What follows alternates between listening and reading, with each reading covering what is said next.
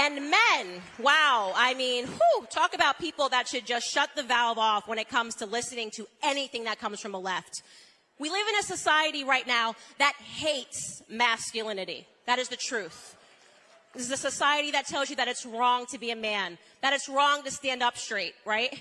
That you should, I don't know, hunch over and say sorry all the time. Don't hold doors for women, right? That's a new thing that you're learning. I'm just like a man. I can open my own door. Thank you. Okay, you can, but why would you want to if someone's opening it for you, right? You can. So proud of you for being able to do that. Seems like a pretty bad deal. Oh, I don't need him to pay for my meal.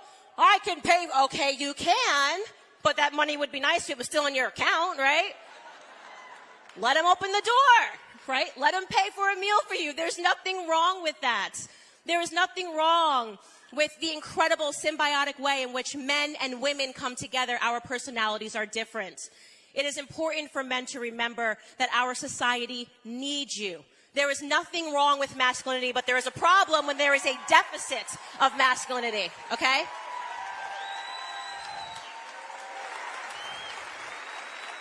What we are suffering from right now, every societal ill that we are suffering from, because there's a lot of it, right? This has become a cancerous society. It is entirely plausible that it is a terminal mind virus that we are fighting right now. Wokeism is, in fact, a mind virus. Elon Musk said that correctly, right? Everything that they do is to break down your psychological immune system.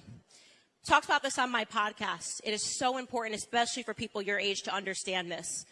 In the world before social media, we didn't have this kind of mental disease. We just didn't. I'm telling you, us kids growing up in the 90s, we were happy. You were very happy. Playing hopscotch outside, a little bit of kickball. Things were cool. Men were men, women were women. Men were allowed to be men. Women were allowed to be women. I miss the 90s so much. Wow, what a golden decade. Candace Owens is 100% right when she's talking about the deficit of masculinity in America. And we have so many issues plaguing our nation. But if I had to make a list, this would be at the top. If you want to destroy a country, a society, a culture, a community, what do? You go after those that should be the strongest within that culture, community, and society.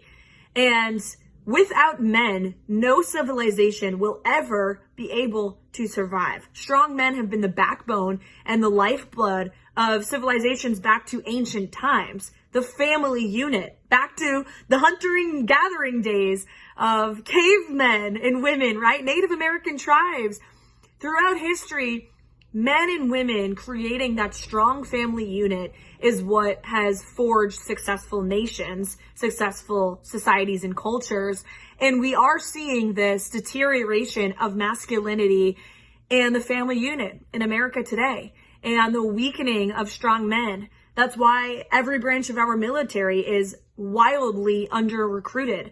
That's why homes are fatherless more than ever. Marriage rates declining, birth rates declining.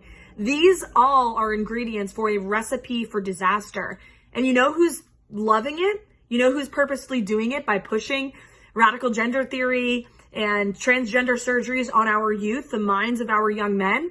It's China, and it's Russia, and it's our enemies around the world who want America to be a weaker place. We need strong men. We love strong men. America cannot survive without them.